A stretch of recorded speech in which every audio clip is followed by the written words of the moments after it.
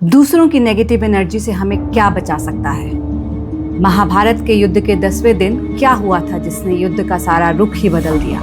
मधुसूदन शब्द का अर्थ क्या है और उसका इम्पोर्टेंस क्या है, ये सब आज हम इस वीडियो में जानने वाले हैं, तो वीडियो के एंड तक बने।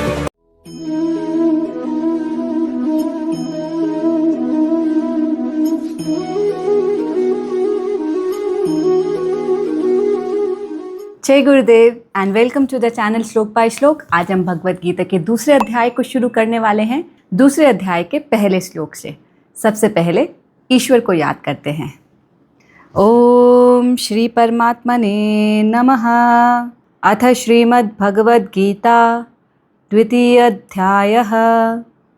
संजय उवाच तं तथा कृपयाविष्टम् अश्रुपूर्णकुलेक्षणम् विषिदन्तमिदं वाक्यम् उवाच मधुसूदनः। उसे, जो कि पूरी तरह से करुणा से भाव विभोर हो चुका है, जिसकी आंखें अश्रुओं से भरी हुई हैं, जिसका हृदय विषाद और हताशा से भरा हुआ है, मधुसूदन ने ये शब्द कहे। पहले अध्याय के आखिरी श्लोक तक आते आते हमने पाया कि अर्जुन पूरी तरह से विषाद ग्रस्त हो चुका है। उसका हृदय हताशा से भरा हुआ है। यह सोच सोच कर कि उसके मित्रों का, स्वजनों का हनन होने वाला है, उसका दिल बिल्कुल बैठा जा रहा है। वह निर्बल हो चुका है और उसका हृदय कमजोर हो चुका है। वह यही सोचे जा रहा है कि अपने ही स्वजनों को इस महाभारत के युद्ध में मारने से पूरे कर्म उन्हें मिलेंगे, उससे उनके परिवार और आने वाली पूरी वंशावली दूषित होने वाली है, पूरी तरह से उसका विनाश होने वाला है। इस श्लोक में कहा गया है वाक्यम उवाच मधुसूदना। संजय ने इस श्लोक में श्री कृष्णा को श्री कृष्णा ना कहकर मधुसूदन नाम से संबोधित किया है। संजय ने इस नाम का प्रयोग क्यों किया है, आइए ये जानते हैं। एक भयंकर राक्षस था। ऐसे विशाल विकराल दानव को जिसने मारा हो वह मधुसूदन, यानी कि मधु का वध करने वाले श्री कृष्ण। विषिदंतम इदम वाक्य उवाच मधुसूदना। यहाँ पर मधुसूदन शब्द का प्रयोग करके संजय धृतराष्ट्र को चेताने की कोशिश कर रहा है। संजय धृतराष्ट्र को चेतावनी दे रहा है कि वह जिसने मधु जैसे भयंकर राक्षस का वध किया है, जिसने वृंदावन में सहस्त्रों राक्षसों का वध अपने बाल्यपन में कर दिया था, उस श्री कृष्णा के सामने जो कोई भी खड़ा होगा वह नहीं टिक पाएगा। अगर वह श्री कृष्ण मधु जैसे भयंकर राक्षस का वध इतनी सरलता से कर सकते हैं, तो धृतराष्ट्र तुम्हारे मूर्ख पुत्रों की क्या बिसात है। संजय धृतराष्ट्र को समझाने की कोशिश कर रहा है। संजय धृतराष्ट्र को बताना चाह रहा है कि कृष्णा स्वयं भगवान जिनके साथ हैं, यानी कि पांडवों के साथ हैं, उन पांडवों की पराजय हो ही नहीं सकती।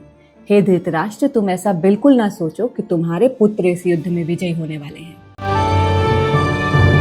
महाभारत में 10वें दिन का युद्ध संपन्न होने के बाद भीष्म पितामह जब तीरों की शैया पर गिर जाते हैं, उस समय धृतराष्ट्र संजय से पूछता है कि हे संजय, मुझे बताओ युद्ध में क्या हो रहा है। जब तक महाभारत के युद्ध में भीष्म पितामह खड़े रहे, तब तक धृतराष्ट्र को पूर्ण विश्वास था कि उसके पुत्र और कौरव ही इस युद्ध में विजयी होने वाले हैं। अब 10वें दिन जब भीष्म पितामह तीरों की शैया पर गिरे हैं, अब धृतराष्ट्र के मन में भय आया। द्वितीय अध्याय के प्रथम श्लोक में संजय धृतराष्ट्र को चेतावनी दे रहे हैं कि अभी भी अगर तुम अपने पुत्रों को बचाना चाहते हो तो ये युद्ध रोक दो। अगर ये युद्ध इस समय भी रुकता है तो तुम्हारे पुत्र, जिनका कि किसी का भी अभी तक वध नहीं हुआ है, वे सब जीवित रह पाएंगे। और अगर तुम इस चेतावनी को नहीं मानते हो, अभी भी तुम ये युद्ध नहीं रोकते हो, तो तुम्हारे 100 के 100 पुत्र मृत्यु को अवश्य प्राप्त होंगे। गुरुजी समझाते हैं कि जब हम आध्यात्मिक पथ पर चलते हैं तो हम अपने अंदर एक अलग सा बल, एक अलग सी स्ट्रेंथ फील करते हैं। भले ही हम बाहर लोगों को देखें और हमारे मन में उनके लिए करुणा आए, बाहर के लोगों की नकारात्मकता, उनकी नेगेटिविटी आध्यात्मिक पथ पर चलने वाले लोगों को छू भी नहीं सकती है। गुरुजी समझाते हैं क्योंकि वो आध्यात्मिक पथ पर चल रहे हैं, उनके हृदय में अंदर से शक्ति आएगी। उनके चारों ओर एक इनविजिबल ढाल रहेगी जो हमेशा उन्हें प्रोटेक्ट करेगी। तो भगवद गीता के सेकंड चैप्टर के फर्स्ट श्लोक में इतना ही है। अगर ये वीडियो का कंटेंट आपको हेल्पफुल लगे, आपको ये पसंद आए, तो प्लीज वीडियो को लाइक और शेयर करें। फर्स्ट श्लोक की व्याख्या के ऊपर आपके क्या विचार हैं? ये विचार आप मुझे कमेंट सेक्शन में बता सकते हैं। अगर भगवद गीता को प्रैक्टिकली समझने में आप रुचि रखते हैं तो प्लीज चैनल को सब्सक्राइब भी कर लें। नेक्स्ट वीडियो के साथ फिर मिलेंगे, तब तक के लिए जय गुरुदेव।